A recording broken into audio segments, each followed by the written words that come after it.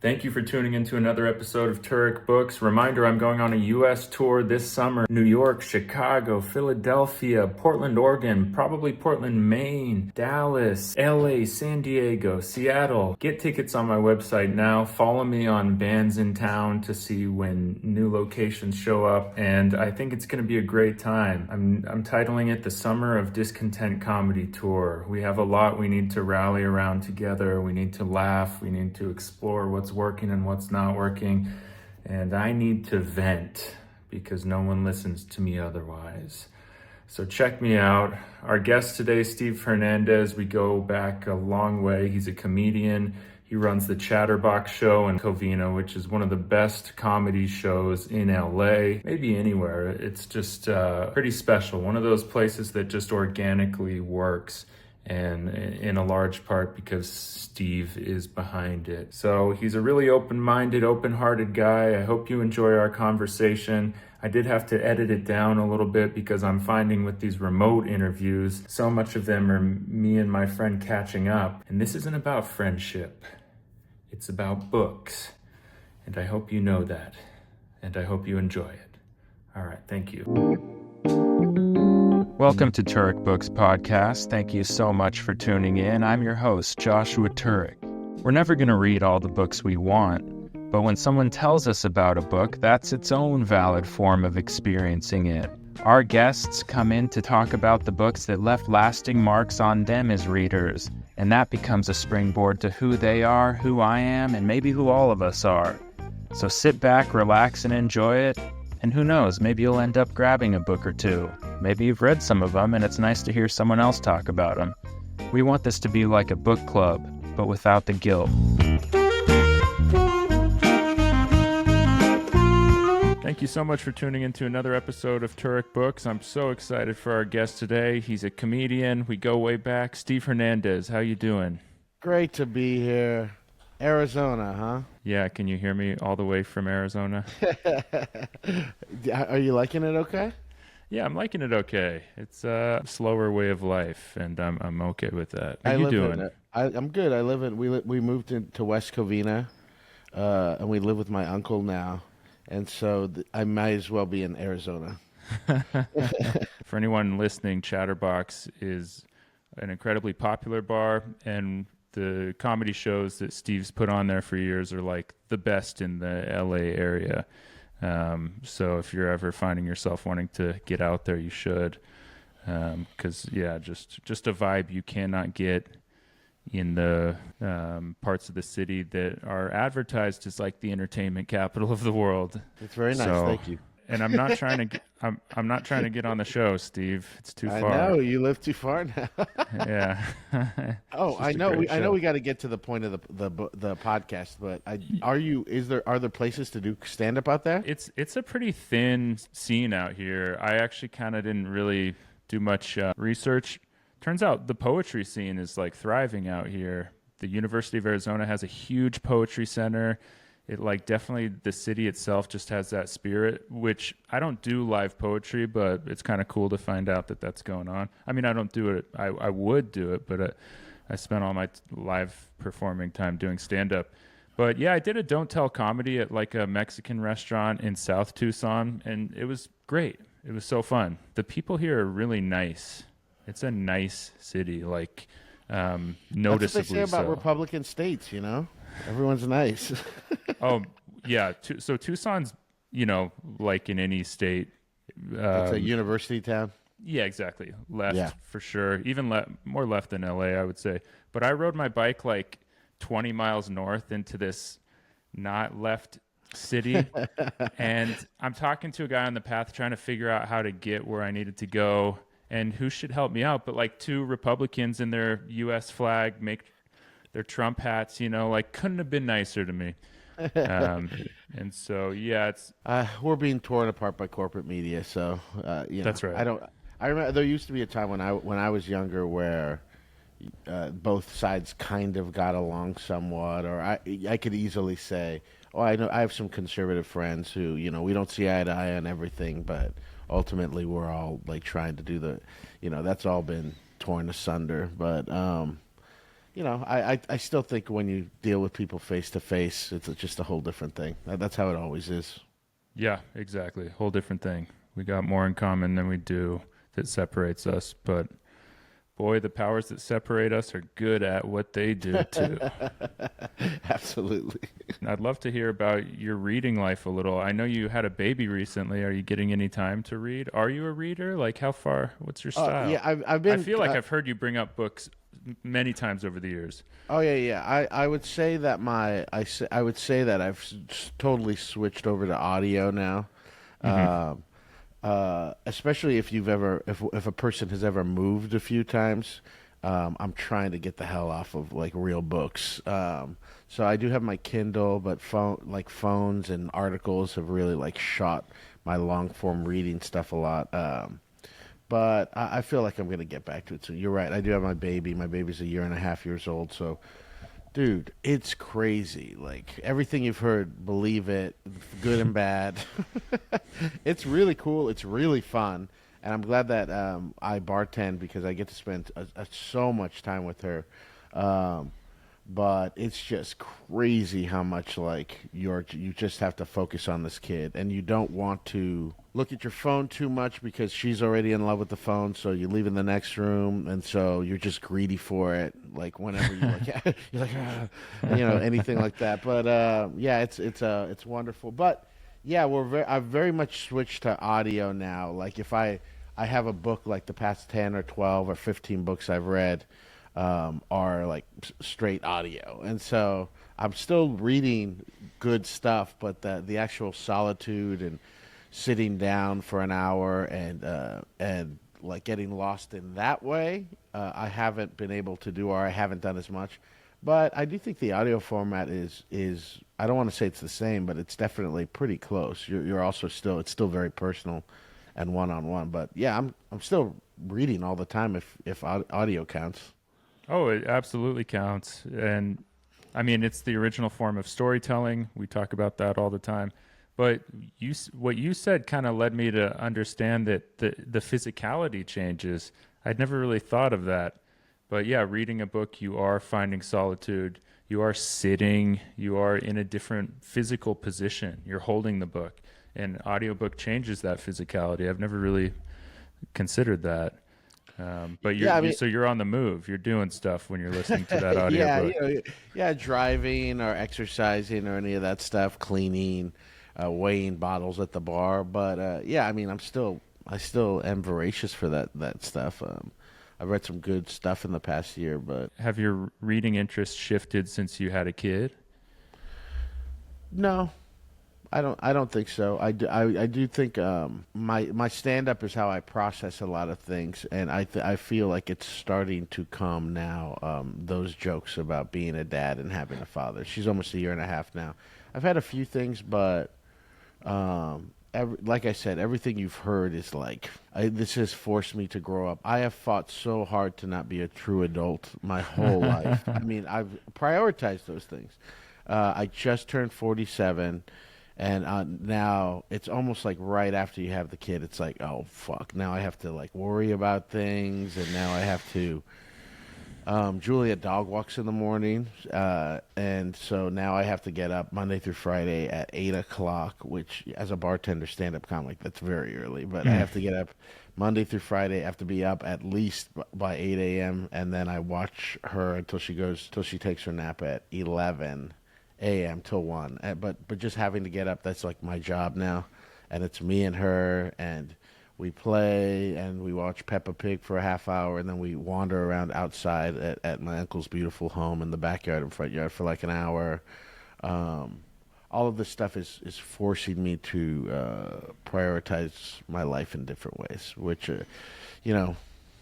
this is the life I've chosen.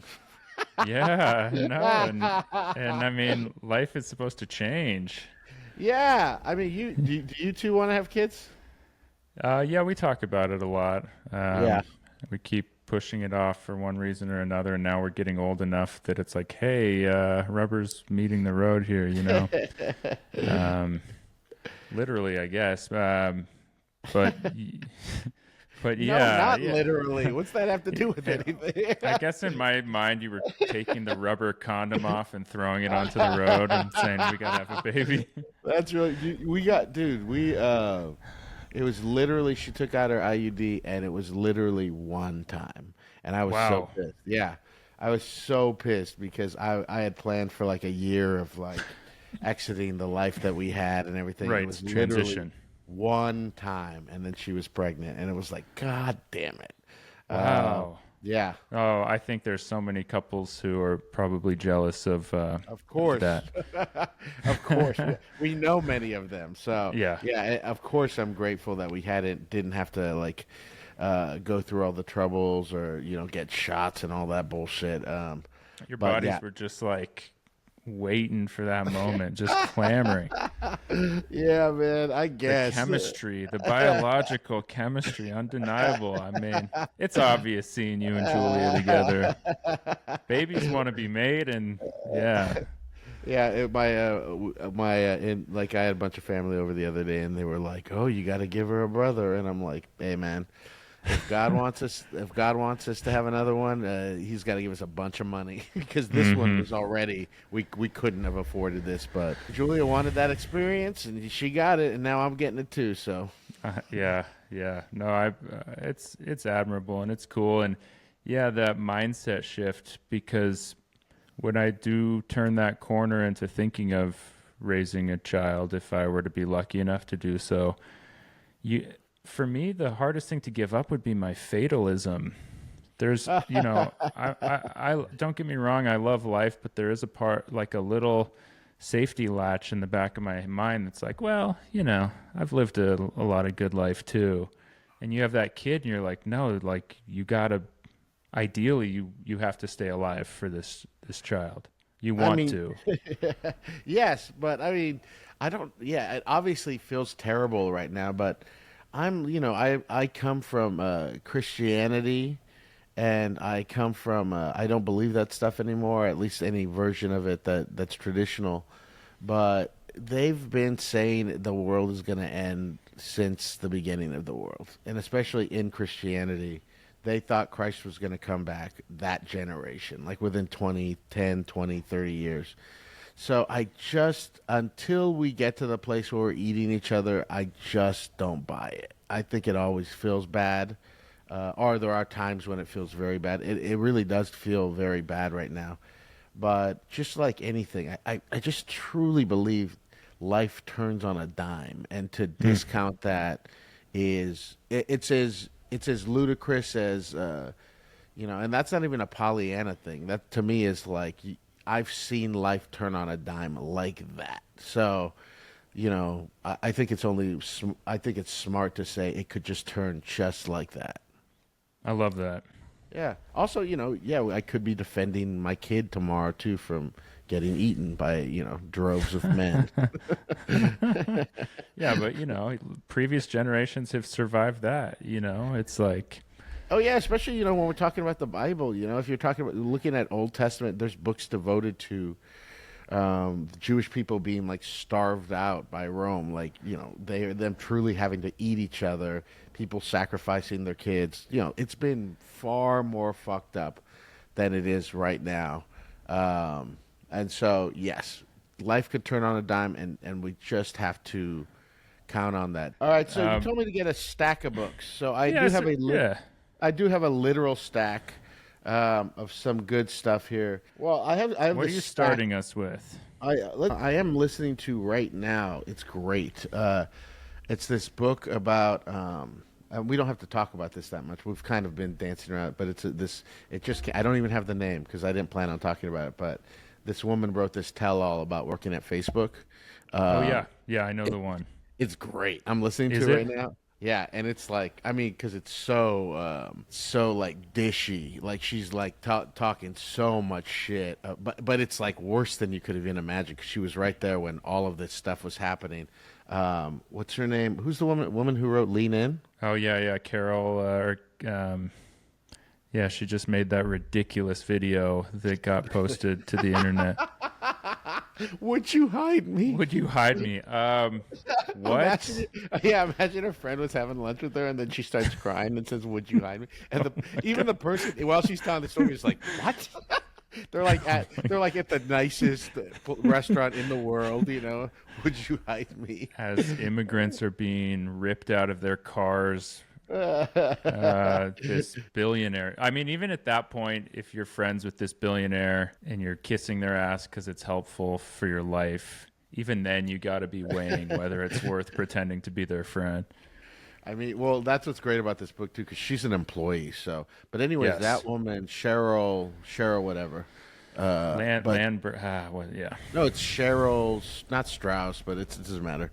But she's Yeah. like implying that like she had to like a lot of people had to sleep with her in her bed on the private plane, like really weird shit like that. Whoa. Sandberg, right? Cheryl Sandberg. Yes. Yeah, she said that Sheryl Sandberg was trying to like force her to sleep on the bed with her in there, and she refused to. And she's like, "Oh, that's when I started to go down at Facebook." Then Cheryl like hated me after that, and then she talked to someone about it, and they're like, "Oh yeah, a lot of people have to sleep with her in the bed," and it's like, wow, like real Whoa. crazy shit. But yeah, it's real dishy is the word I was coming at. All right, this is how I do my books: is I try to do one fiction and one nonfiction. I try to go back and forth on those. I obviously fiction's gorgeous. I love it. But nonfiction is fun too. I know a lot of people that like nonfiction don't read fiction. How do you do that? Do you go back and forth on those two? Yeah, I go back and forth. I'm curious why. Yeah, I'm just now coming out of a big nonfiction phase, just giving myself some dessert, some fiction. I'm really enjoying it. But even then, I'm still pecking away. Do you know, I actually feel the opposite about it. Do you? I make myself listen to the fiction or read the fiction. Yeah. I mean, I think that like nonfiction is so like fun and easy. Like you don't have to. Yeah, you don't have to tap into anything in your heart, I don't think, or be open in that way. To me, when I'm reading fiction, I have to be open in a way that I don't want to say takes work, but it's like it's not as easy as just listening to information or like I say, nonfiction stuff. A lot of that stuff is very dishy to me, so I'm always like Julie and I we listen to a lot of like star autobiographies in the car. Like we're huge on star auto. It's taking us years to listen to the Barbra Streisand, but we're also listening to the Cher. We do all that separately. Fun. But all this feels dishy to me. But our fiction is like something where I have to be open to. Let's see. I have this just you're talking the emotional labor rather than the intellectual labor. Have you read this? I love this book. It means a lot to me. Have you read My Life in Heavy Metal by Steve Almond? No. From the God. Almond Brothers? Dude, not even close. Heavy metal, you said. My Life in Heavy Metal by Steve Almond. It's a group of short stories. Steve Almond was the original Sugar. You know that self-help thing, Dear Sugar? That, what's her name? Cheryl Strauss made famous. You know what I'm talking about? Is it kind of like an Ask Abby thing? Yes. Okay. Have you read that, Dear Sugar? No. Oh, my God. You got to read this. She made a book out of these long form like relationship thing advices, but her answers were like so wide open and gorgeous. She also they made that book about her life with Reese Witherspoon. You know what I'm talking about? Where she's hiking on the trail? Yes. Yeah, okay. So that's Cheryl Strauss. And she took over Dear Sugar. Sugar was always anonymous from Steve Almond. And so she got really big on these Dear Sugar things, where she like blew up because her answers to some of these things were just so wide open and emotional and beautiful.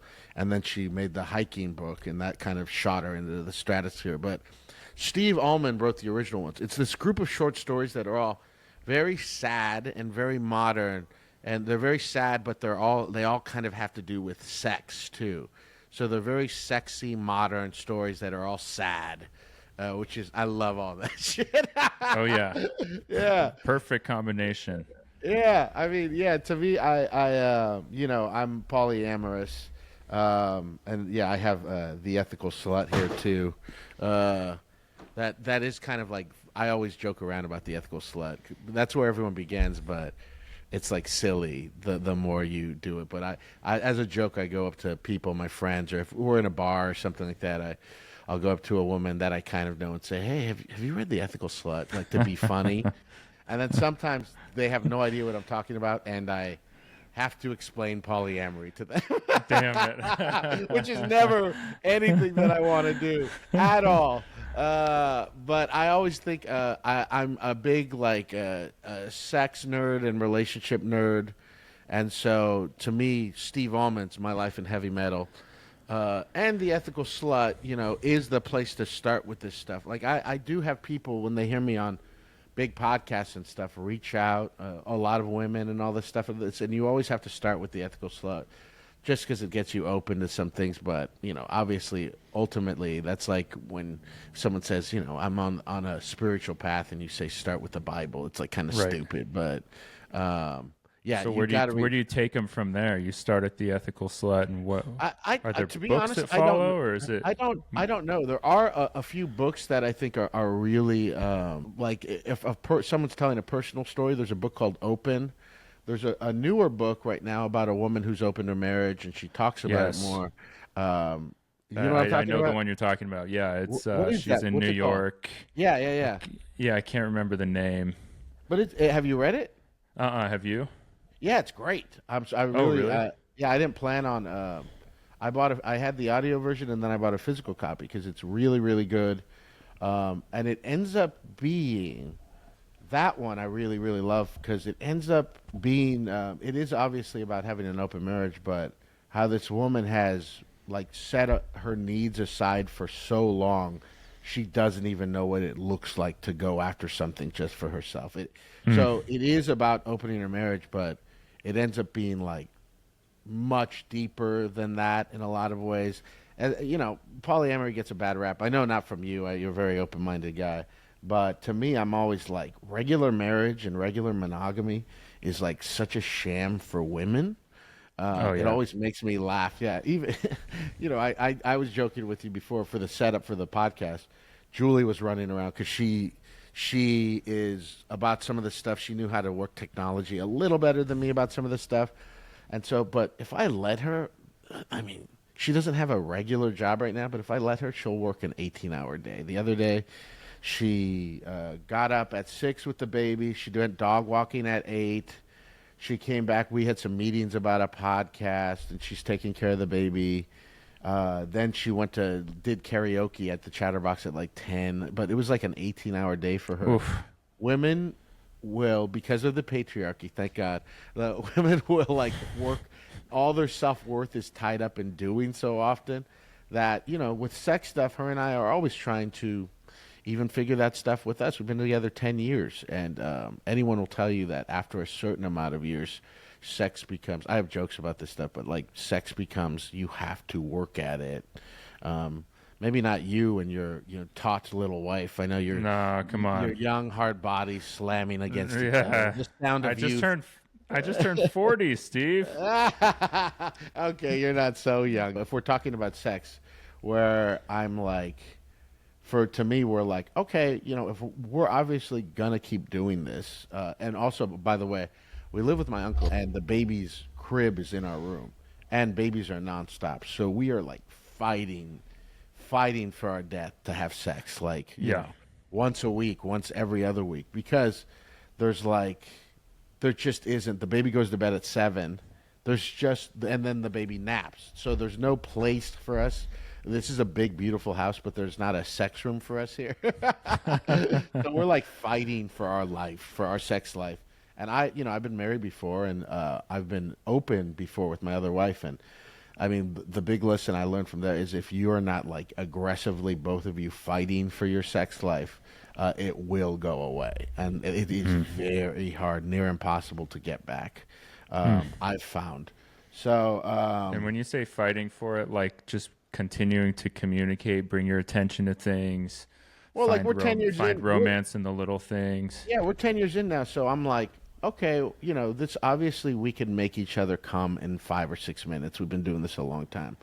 But that's not I'm what do you desire? being poly is really good for this stuff because we've learned to communicate well, and I don't take anything personal. Like I talk about other women all the time, and she doesn't talk about other guys. But she mentioned, I forgot a former Dodger pitcher the other day. She was talking with like a girlfriend, and we were all together, and she was like, "Whoa, wow, I'll show you a guy who's really hot." And I mean, she doesn't do that. I've never heard her do that. I don't think I've ever really heard her do that. And I was like, "Oh, that's great. You should talk about guys like that. I think that's great." So I'm very forward. I'm very forward with these things, but now I'm like trying to really hone in on her because she works so hard and does all this stuff. Like if we can like bring your sex life to life in a way that it hasn't yet, or that you haven't imagined it to be, I mean, let's do that. Yeah. Because I want if your needs cannot be simply to be you're meeting my needs, because that's just not that to me doesn't seem right. So I mean, yeah, and you started with how monogamy is a raw deal for women, especially. Yeah, I mean, it's just so hard to not see it all as tied up into capital and because it absolutely is private property and all that. And there will be times, we're a monogamous couple, and there are times where the answer is just kind of simple. It's like, oh yeah, this is a symptom of being in a monogamous relationship that aligns itself with a marketplace and private property. And even just having that awareness is helpful. Yeah, it's and like, it's actually not either of us. It's just a symptom. Yeah, like I don't even when people are actively, thoughtfully monogamous, if that's what people choose to do, that's fine too. Like it's not. It's just people are so rarely thoughtfully those things are, purposely any of those things. So just to be active and aware and to communicate about the two things, or to communicate about the things, that's a healthy relationship. So whatever one's relationship looks like, as long as it's healthy. But I do think it was, I talk to people all the time and they're not having sex, and I especially. Guys suck so bad. They're like, oh, I like the sound of this. And then I'm talking to them about polyamory for an hour at the bar.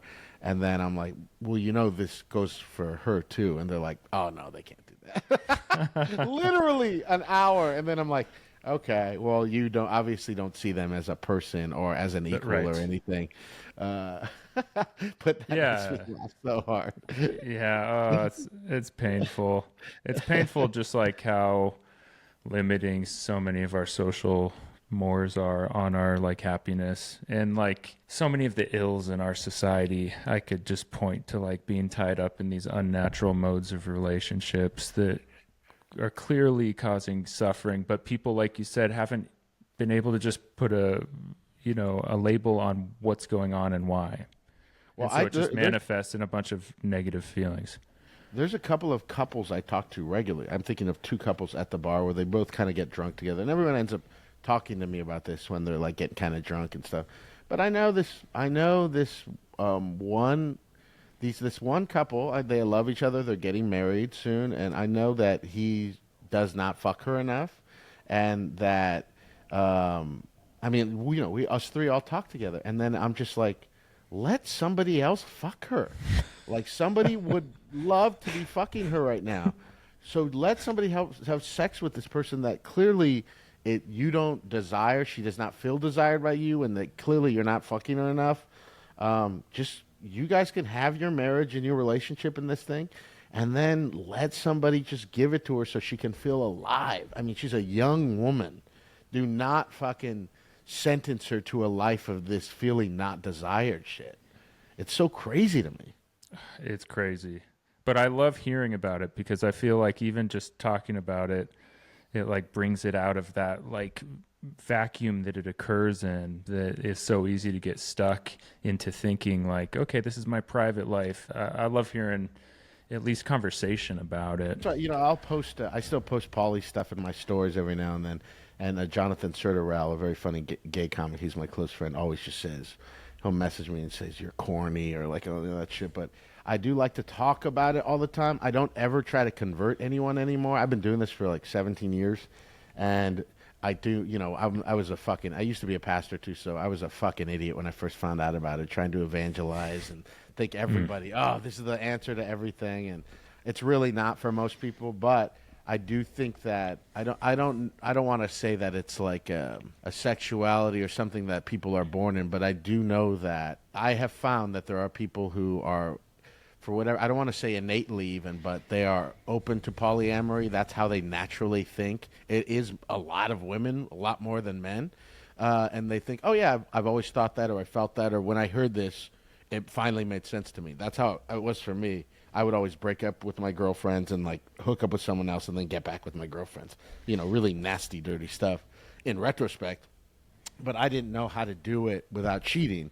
And now this way, I understand myself more and more, but yeah, I'm not trying to evangelize. I just talk about it just for the people that don't know there's a solution. There is a solution to the way you've been feeling, but most other people, it's too much trouble for them. But I love relationships, and I get off on relationships, and I like being intimate with people. Now it's just, I have someone I've been seeing for a couple years now, and now even that one, it's just about, it stops being about all this ethical shit, and it's just like, oh shit, I don't have time. Yeah, it becomes about time, especially now that I have the kid and I want to be a good partner to Julia. It's like, I can't see you every week. I could maybe see you once a month. So that's kind of a bummer. But to me, it's also great to be able to flirt and to be open in such a way where I'm not violating any terms with my partner. I'm not betraying them in any way. And, I just like this lifestyle because I always say, just let the thing be whatever it's going to be. And for the most part, that's nothing. But, a couple times a year I meet someone and I have a great time, even just flirting with them in a way that, like I said, I don't feel like I'm betraying my partner. And I feel alive in a way that I would not be otherwise feel alive in that way. It sounds like you step outside your front door and you're open to the world. And that's got to be a really nice feeling, is the impression I'm getting.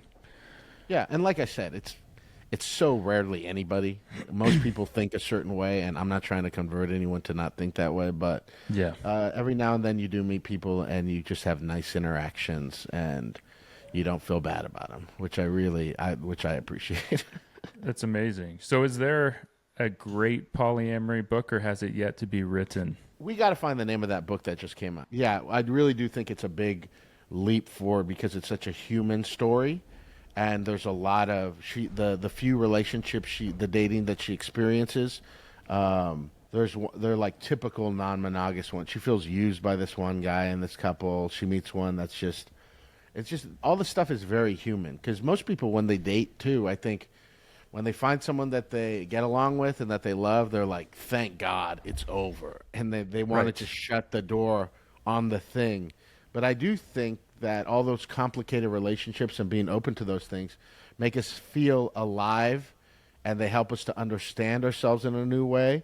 Any new relationships I have outside of Julia help me understand who I am currently in a way that I could never. We've been together 10 years. In a lot of ways, that's the me frozen in that initial time. So I'm a different person now. So any new relationships I would have now help me figure out who I am now. Wow. Yeah, so, I do think it makes life far more interesting. I mean, people want to be safe, people want to be comfortable, and you can have those things, but you're not going to live an interesting life then. So it depends on, you and I are both artists. Being an artist means we're open to the world in a way, or we should be, and we want to live varied experiences. And just because I have a kid, doesn't mean that that's going to go away, so... But the ethical part of it is I try to only be with people who would honor my family and my marriage, and who I feel are healthy, and who I feel I'm not taking advantage of. There are people that I've dated that say they're open to it, but I don't feel that they could do it right without it. I don't want to hurt them. So, like I said, the older you get, the more you understand yourself and life. The fewer those experiences have been to me here in West Covina. Right. I'm sure it's different at other places. Right. Yeah. No, it seems like it's constantly being refined and thought through. You start with the ethical slut, and you evolve into understanding it through experience and trial by fire. and your own value system and what's important to you and other people, and how to merge that. Leaves you with about 3 people in the greater Los Angeles area. Yeah, exactly. For now, but that's And you've dated 2 of them. Yeah, I will tell you that is one of the only reasons I want to be quote unquote successful is I do want to keep meeting more interesting people, like higher echelons of thinking and sexuality and talent and all these things. I do think there's a lot of people like this that are very quiet about it because it does not behoove them to be open about it. But yeah, that's the only reason. You're talking eyes wide shut parties, right? Yeah, I want to go to those things. You want the invite. Fair. Speaking Totally fair. of artists and romantic relationships, have you read Writers and Lovers by Lily King? Have you read this? No. Oh my God! I love the title. I love the cover. Dude, what's going on there? This is right up your alley. This is fiction, but this is about a woman who's a writer, and I think she's like in her early 30s or something like that. But she works at a restaurant, which, you know, that's awesome for you and me. That's cool because it's a lot of fine dining restaurant stuff. But then she kind of falls in. She's like in a college town, and this well-regarded older like professor who's written a couple books. He's like 50. He starts to pursue her, and then there's this younger, more chaotic guy from her past that comes back, and she's hanging on for her financial life with a lot of these things. So it's fiction, but if you're a working artist, she's trying to write this book. It's a lot about the process of that too. It's really great. But any person I've recommended Writers and Lovers by Lily King to absolutely love it. They love this damn book. Yeah, it sounds really right up my alley. Yeah, a little too close to home. It's fiction, but it's great. There's a lot of like really cool. I mean, you know, to be a 32-year-old woman, you know, writing a book, and to have a successful author who's 50 pursuing you, then it kind of feels like, wow, this is something maybe I should do. And then you've got a younger guy who does not have his shit together. I mean, I just love that shit. Yeah. But that is a very great fiction book about sex and art and relationships that I would recommend to anyone, and anyone I've ever recommended to loves it. It's very accessible. Do you remember who recommended it to you? No, I would say, and you'll probably agree with me, I would say I get almost all my fiction recommendations from Amy Silverberg's from her stories. You know, I don't bump into her as much living in West Covina having a kid, but she always posts what she's reading, and I just screenshot all of them, and then when I'm ready for another one, I just go back to my screenshots and read whatever Amy Silverberg has recommended. And she's got she's like one of my favorite writers. I can't wait to read her book when it comes out in July, but all her stuff is sad and about sex, so I love that shit. Oh yeah, no, the 2 S's, sadness and sex. That's we're all conjoined by that. Yeah, Amy was the very first guest on this podcast, clearly, because, you know, the way she can merge comedy and books. And I mean, the first person I thought of, and yeah, she has a novel coming out, which, yeah, I'm equally excited to read. You were talking about fiction and nonfiction, and I'm starting to realize it helps so much more to have a recommendation with fiction, whereas nonfiction, you kind of are getting the whole gist with the cover. You can make out whether the subject is interesting to you or not. But fiction is about so much more than the subject. Dude, I mean, you don't know what it's. You have a title and you have the book cover. And you're blind. You're blind. Yeah, you truly have no idea who the person is or whatever. That's why, I mean, I guess I don't know if she does a formal recommendation list, but I guess she's like, I would buy any kind of list she puts out about. That's cool. That's fully, but because she's one of my favorite writers, and I love what she reads now for years. I would say for the past 5 years, that's where I get all of my fiction stuff from. And I almost universally go, and I have no idea what the fuck this is going to be about. It's just, she just says like, I love this, or this is great, or says something like that. And you just go into it. And they're almost always women authors, which I appreciate. I'm always trying to, I'm a bad guy. I'm always trying to figure out how to be more empathetic to that. Thank God for Me Too. I always talk about, it's so funny, Me Too absolutely affected me in the way it was intended to, which is so funny because I feel like what a cornball loser. Like I should have been. It did not occur to me that the minute a woman walks out the door, she's worried about being sexually assaulted. That idea did not occur to me until like 2018 or whenever it all started, 2017. It did not occur to me. So, however that worked out, however whoever started Me Too wanted it to work, it absolutely worked on me. And so I'm always trying to get the woman's perspective on things. So, That's cool. Oh, speaking of, have you read, you probably have you read Shop Girl by Steve Martin? No, I saw the movie. I've read some of his other books. How's Dude, this one? The book is incredible. I mean, the movie, did you like the movie? I did. Yeah, me too. So the book it's a very close adaptation to it, but I would really recommend, I think Steve Martin has 3 books. His first 2 books, he's a really, really good writer, the piece of shit. Yeah, he's a very good writer. But that one is like up our alley too. It's about, this woman, they're all in LA trying to make it and she's poor, and then this rich guy, I guess there's a theme to things. I like this rich guy tries to rescue her. You've brought up these tropes of like the rich man saving the young woman or dangling the bait of success or stability. And, I think even in our own reading, that man represents this like shining beacon of like daddy capital. And like, we all feel like, man, if we could just get rescued out of the fray, we could fully optimize ourselves. And so that man in those stories also sort of represents a symbol of well-being in a patriarchal society, even to us, the reader. That's man, what a great observation. Because even as men, we could empathize with that feeling. I guess for us, it would be a stable job or something like that. Where, man, if I just sell myself out, I can get this thing in. I mean, I guess this is one blessing about late stage capitalism for us is even the selling out is not that great anymore. No, that's right. There is that life is not even available to us. The numbers are bleeding off of the lottery ticket.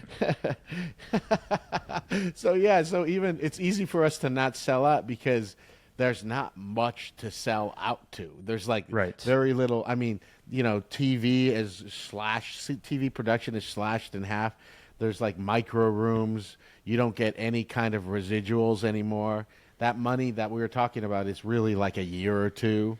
So the idea of having an incredible career, if you're just ready to open to shill shit, is not even available to us anymore. So we can hold tight with our integrity because the other thing is not that much better. Yeah, that's right. I mean, we're living in the age of what we think are successful people who are struggling pretty good too. It's liberating in that sense. And then also like you can't sell out because everyone's selling.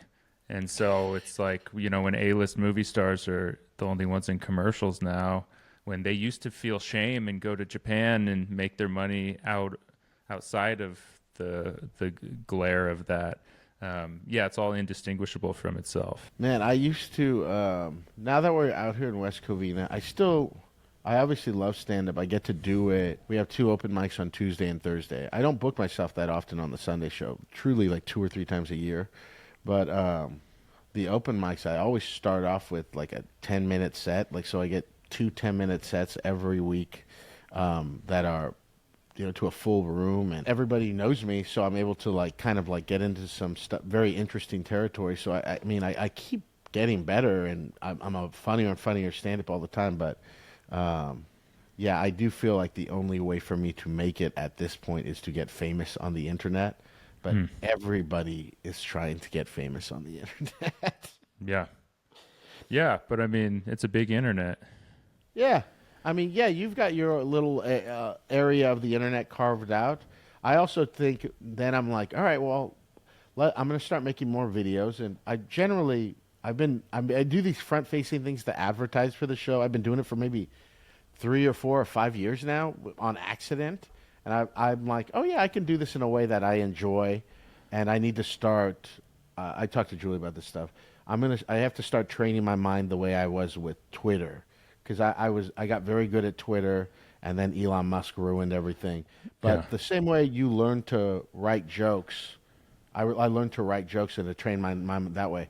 I just got to start doing that for videos, and then I could just start popping them off all the time. And Yeah, like I said, exactly.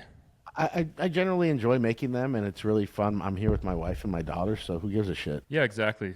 I mean, I remember there was definitely this sort of schism with like the TikTok era. A lot of hardcore comedians thought it was ridiculous, and they were right for thinking that.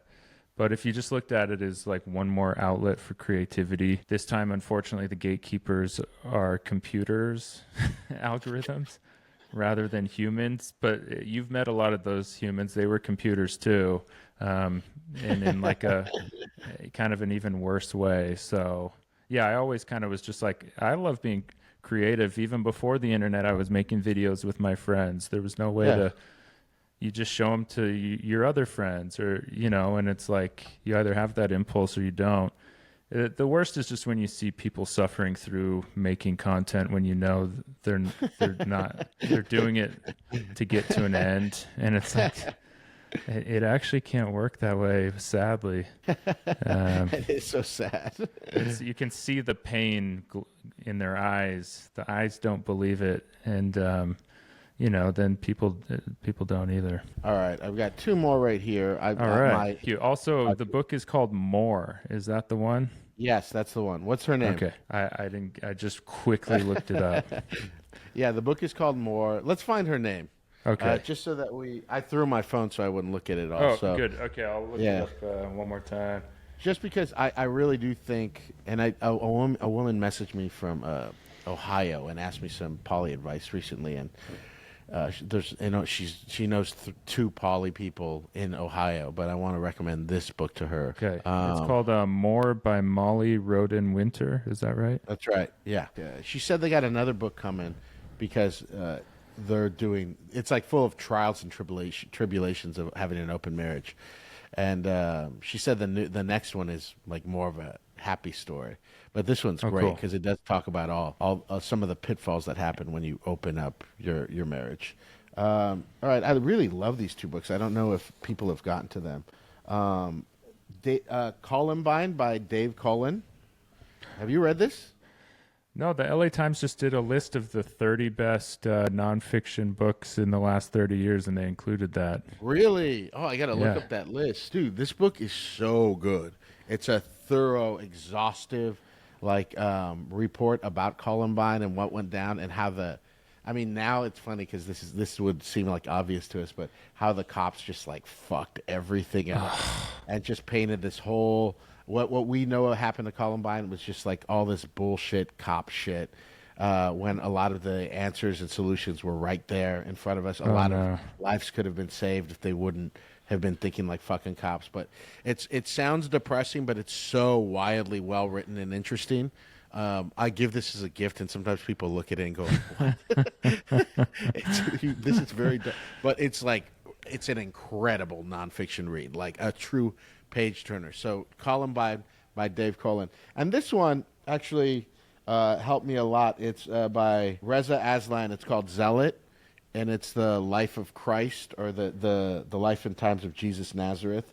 But as someone who used to be a pastor and a believer in Christ, he actually breaks down the four Gospels in a way and talks about Jesus, the Palestinian, and the rebel rouser, and how his story was kind of hijacked by the Apostle Paul, which I've always kind of known. But this book is so accessible.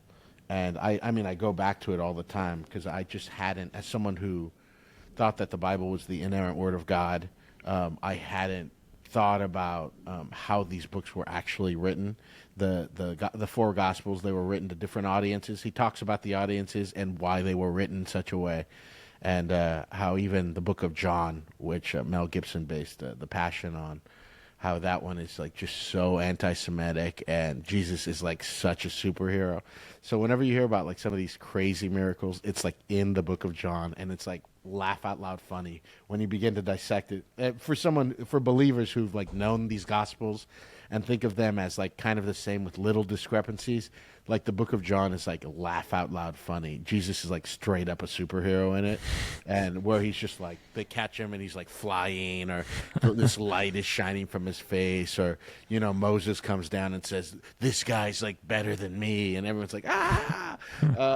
But like truly for people, if you're of faith, if you're questioning your faith, or I know it took me about 10 years to deconstruct my faith. This was a great help in helping me understand why I believed what I believed, and just kind of how I was hoodwinked with the idea that the Bible was the inerrant word of God. What a process that is. It took me 10 years, man, and I still, I'm still always coming back to it in a good way. I mean, I do think the Bible, there are a lot of incredible stories in it. I think, the Western civilization is based on that in the Iliad and the Odyssey. If you know those three books, you kind of understand Western civilization. And I have the Bible like deep ingrained in me. And I used to have a podcast called Read the Bible with Me, and where I was going back and like kind of deconstructing some of the books, and I had a really good time doing it. It's like really cool to watch. It's all there if you're not caught up with the belief system, but you watch that this guy came, and that then there was a wrestle for power between Peter and Paul and Jesus' brother James. I mean, it's literally all in the Bible where they have this power wrestle match, and that Paul essentially creates 80% of what we know as Christianity, and these guys who actually knew Jesus. I mean, the book of James in the Bible is my favorite book of the Bible, but if you read it, it's in the New Testament. This is Jesus' brother.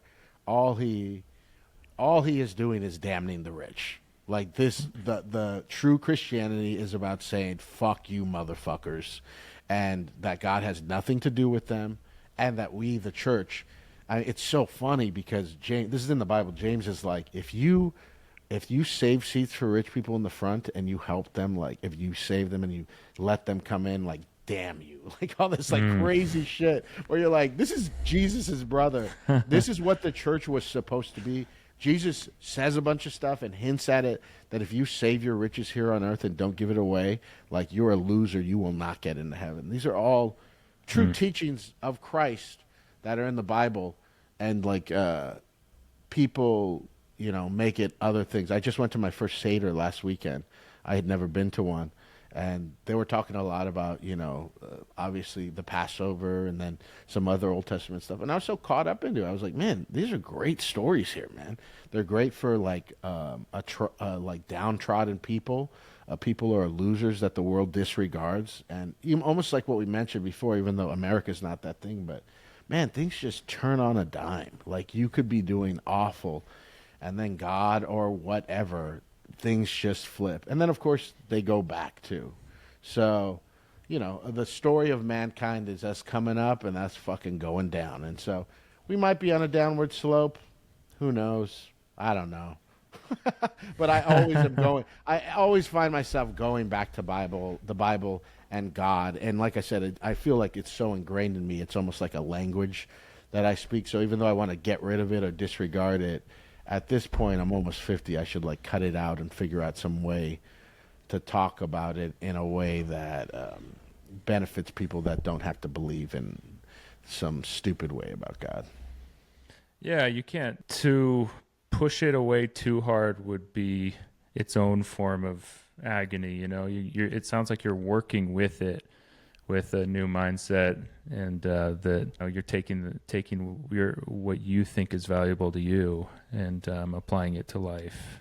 That sounds healthy to me. Yeah, I mean, God forbid I start a church at the bar, but maybe something monthly. I really enjoy my Sundays. Okay, yeah. It's comedy. Your comedy shows are their own form of religious ceremonies, right? Not to take it too deep or anything, because it's. But yeah, how often do people gather around and get that open with each other?